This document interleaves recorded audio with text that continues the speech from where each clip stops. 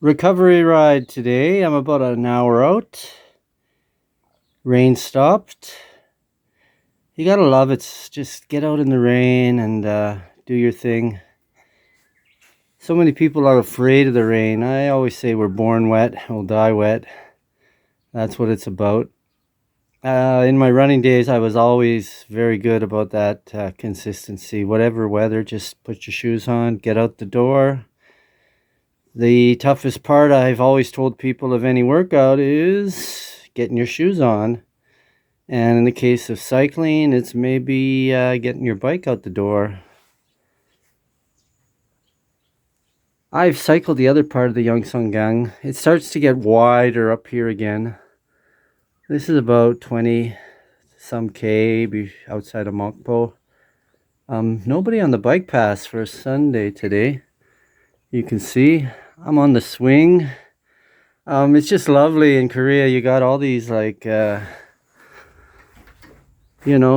places to stop and tables and set up off the ground and water and washrooms. It's a really just lovely biking infrastructure. Today I'm going to carry up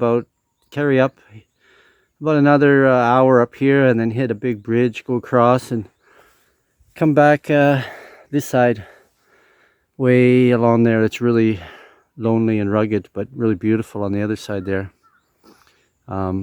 Stay away from the main cyclists. But I got a few comments from my video I posted a couple days ago about my bike. And oh my God, look at that. My wife stuck. I told her about my adventure yesterday, lost in the bush. And it was like an 8-hour ride, so I'm all cut up. I think she stuck my name and number there just in case in Korea. But we'll see. But I got some nice comments by message and email, and that they like the authenticity of it, not scripted, just sit down and say what you want to say. And really that's what my writing and my channel and my life ever since I turned 60, I was determined to be about. Just be naked and alive and say what you want to say, think what you want to think, live how you want to live. It's precious. I don't know if I can turn this around. This video is brought to you by Chinese cycling underwear company. 3 for $20. How's that, man? Great. I love it. Yeah, these little I just trying them out today, but I think I'm gonna use them more often. These little cycling underwear, they say. But I wanted to talk a little bit just to finish up and watch the teaser at the end from my ride yesterday with a little bit about fueling. What do you eat? What do you drink? And how do you keep going? My own philosophy is, as he grabs his every hour, I usually have peanut butter and jam sandwich. I love them. The texture is just great when you're on the bike. You don't want something too hard and too crunchy, and it just goes down nice. And I grew up on it, and that's the number one rule of fueling is, find something you like to eat. Don't go in for all the fancy stuff and all the, $10 energy bars and shit like that.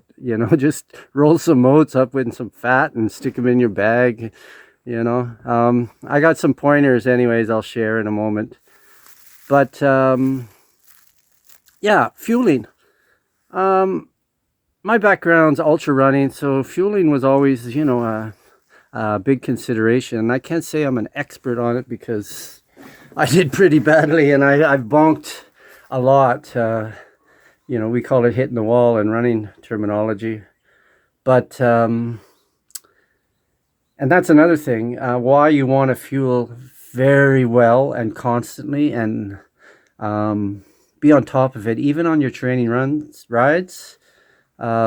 Because for some reason, if you don't fuel correctly and top up all the time on the bike, the next day you're going to have a hard time recovering. There's just something about that process, and maybe some of you out there know more what's happening physiologically, and can share why that is. If you don't fuel properly on a training ride, the next day you feel like shit. Um, when it comes to fueling, there's two things. There's fueling on the bike, and then there's fueling off the bike.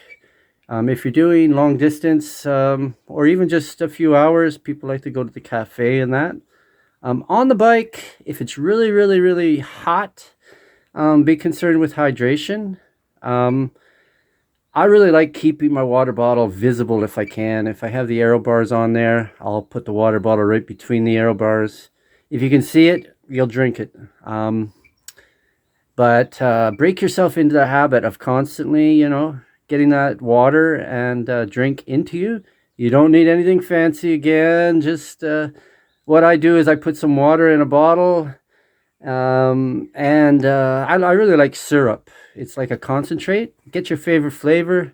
Really cheap as hell in the grocery store. Just put a couple drops in there in your bottle, and then you got a little bit of flavor, and it just makes it nicer to get down. If it's really humid, I'll sometimes take a Camelback thing. Um, Again, I buy mine really cheap. Temu in China, $15, fits like a glove on my back, and the water just is all there. So you don't need all these hydration systems and blah blah blah blah blah blah. But keep on top of the hydration for sure. It's really important. Glucose, you need to keep topped up with that glucose at glucose stores. You only got so much fat you can burn, and you do want to train your fat burning system. Train in zone 2, slow and steady. I was a big Maffetone fanatic in my running days, even in the 80s when I was doing really well, long before Phil Maffetone and his theories became known about training long and slow. But you might take an energy bar every now and then to get your shot of glucose, but eat what you desire. Because if you desire it, you're going to keep eating it, and you'll keep eating well on the bike. I don't think you can eat too much on the bike, per se, unless you're looking at doing things in like 5 or 6 or 7 or 8 seconds. Talking to a friend the other day who's a biker, and he said, he doesn't take too much food on his long trips because he always stops at stores. And he said, plus, the food is weight on the bike. Well, bullshit. If you're concerned about food being weight on the bike, you're way out there. Plus, stores, you can't get what you want, and you're off the bike, and I know so many cyclists, they don't get good training in because they're always stopping, having a coffee and this and that. Now, stopping's good, and it depends on your objectives, but it can soon become a habit, and you're going out more for the coffee and the pastries than the training. Glucose, one thing I'm going to start doing on the bike is go to the pharmacy, pick up a pack of glucose tablets. It's what diabetics use. And I used to use that on my long distance training runs. And they're just candies, and you can keep them in your mouth. So you suck on them, you get a constant kind of little slow drip of glucose. And it'll keep those stores up for riding long on the bike. Sometimes I used to running just keep a little belt full, like maybe 50 glucose tablets there. Feeding off the bike, like I said, cafes and all that. You'll see in the video I'm attaching to this, the second part, a little of what I've had yesterday, and I go pretty light. I don't like tons of sweet stuff. I do like my caffeine, and I think if you take caffeine in your day, you'll want to have it on your rides. When I was adventure racing, I used to buy caffeine pills. You could try that, but nothing like a real cup of coffee, hot cup of coffee. And at the end here, I'll give you a little pointer that'll make your coffee drinking on the bike days, bellissimo. So just a few thoughts. I probably left out a lot of things about feeding and hydration, but that's a start. David is going to have his peanut butter and jam. Oh, thank God. Thank God for peanut butter and jam. Yum, yum. Over and out, naked and alive. So good. Oh yeah, I forgot to add. If you're not pissing when you stop, you're not drinking enough. Ah, it's so good. Oh, good piss. Okay. Okay, 75K done. Bike's all right. I lowered the seat. I really like it. Just a twitch makes a big difference. I'm at my little CU. I got another 3 hours to go. I'm 3 hours in. This is what I load up on. Just a little sweetener for my water. Fill my bottles. I love boiled eggs here. Sometimes I buy half a dozen and just put them in the front and eat them as I go along. Believe it or not, I don't like a lot of sweet stuff. Maybe just in a short, training rides around home, I'll have a bar, but I don't like a lot of sweet stuff. I packed my peanut butter and jam sandwiches. I had 2 of them so far in the 3 hours. That kept me fueled. Kimbap and Triangle Bob is just amazing stuff. Really cheap. You can get in all the stores here in Korea.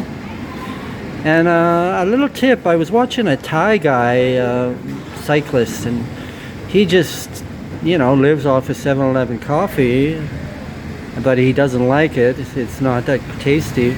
I just carry a whole pile of these on the bike, just a shot, and then I'll buy coffee inside and I'll squeeze a whole nice shot into it, and it really makes the 7-Eleven coffee or the convenience store coffee seem much better. So I'll take a little more film this ride. I'm just taking it easy. I can, do 25, 26K an hour. Beautiful sunny day and just glad to be alive. Loving it. Okay, lunchtime, naked and alive.